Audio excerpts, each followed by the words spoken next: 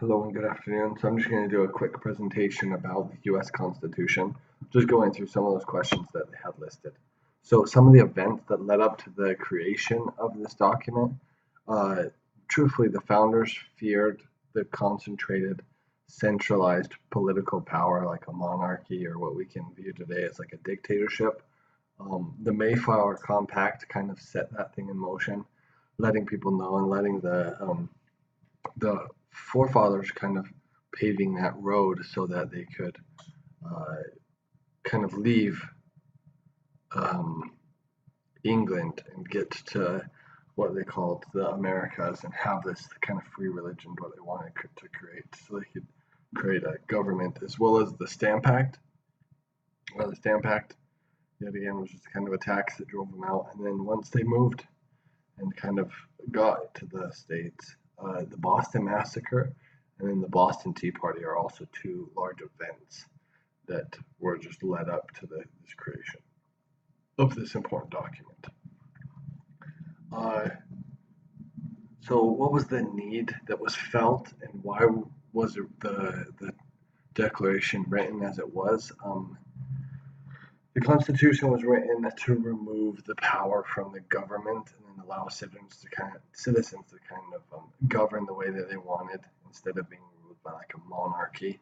And it was written to make sure that if a monarchy uh, did happen, they could remove them or so that the monarchy wouldn't continue in the United States, so that they wouldn't just revert back to kind of the old ways. Some general topics that are covered in the U.S. Constitution: limited government, republicanism, checks and balances, federalism, the separation of powers, and then popular sovereignty.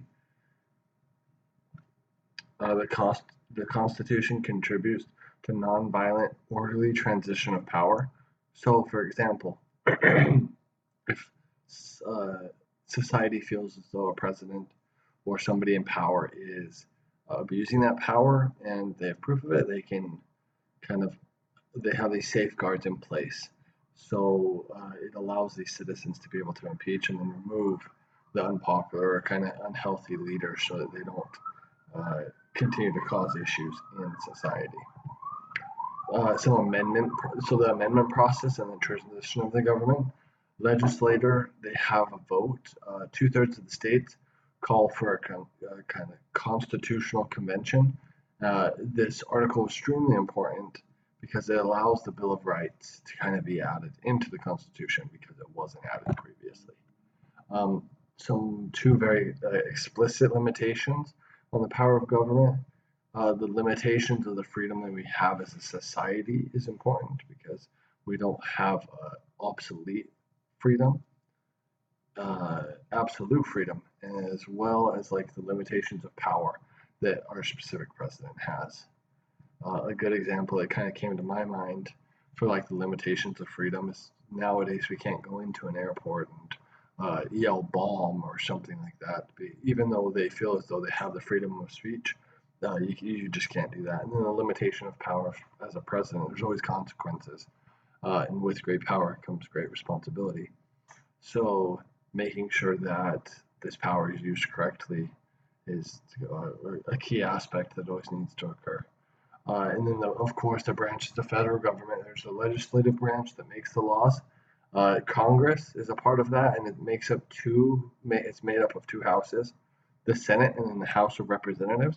Then you have the executive branch, which enforces the laws, and then the judicial branch, which then interprets the laws that have been created.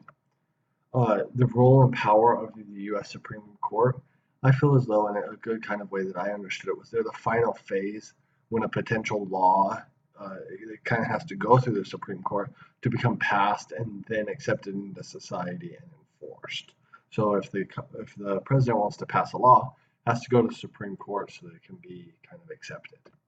And then here's just some of my references, and that's the end. I hope you enjoyed my presentation.